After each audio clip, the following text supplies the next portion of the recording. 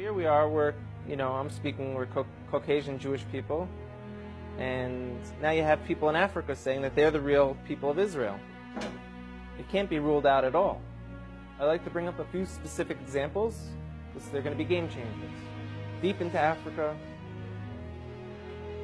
and if you look now, you're seeing people who are most likely the descendants of those slaves who kept true. One of them wrote letters to Israel when it became a state. And they said, we're Israelites out in Africa. Everyone laughed at them and they said, African Israelites, these people are just trying to jump on the first world country bandwagon. They're living in a third world country, they got nothing. We're coming to Israel, we got innovation, technology. So they're trying to get on this train because there's such a thing called the right of return. All descendants of the Jewish people from around the world were able to move to Israel. So they said we are also. A few people took it serious and went out there and started studying them. And a professor from Duke University went out there and did DNA testing on them. These gentlemen, a large percent of them, have the Y chromosome to be Kohanim, to be priests.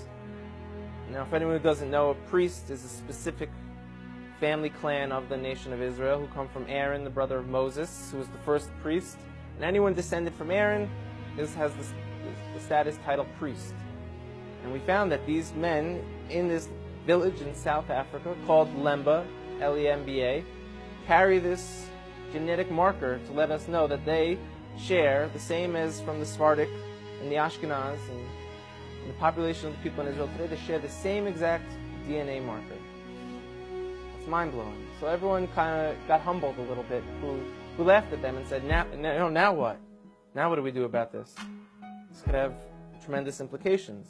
Another area in Africa you have something big happening is in Nigeria. You have the Igbo people. There's 40 million of them, also Christians, like I spoke about before, how that could happen to the children of Israel very easily. But also a lot of them are now coming out and converting back or adopting the rules of the Torah without all the paganism that they've been practicing for hundreds of years. And where it gets interesting is, in America, there was a slave trade. And a lot of the slaves, a very high percentage of them, came from Western Nigerian ports. And in America today, you see a very large movement of African Americans who say that they're the real chosen people, that they're the children of Israel, they're the Judeans.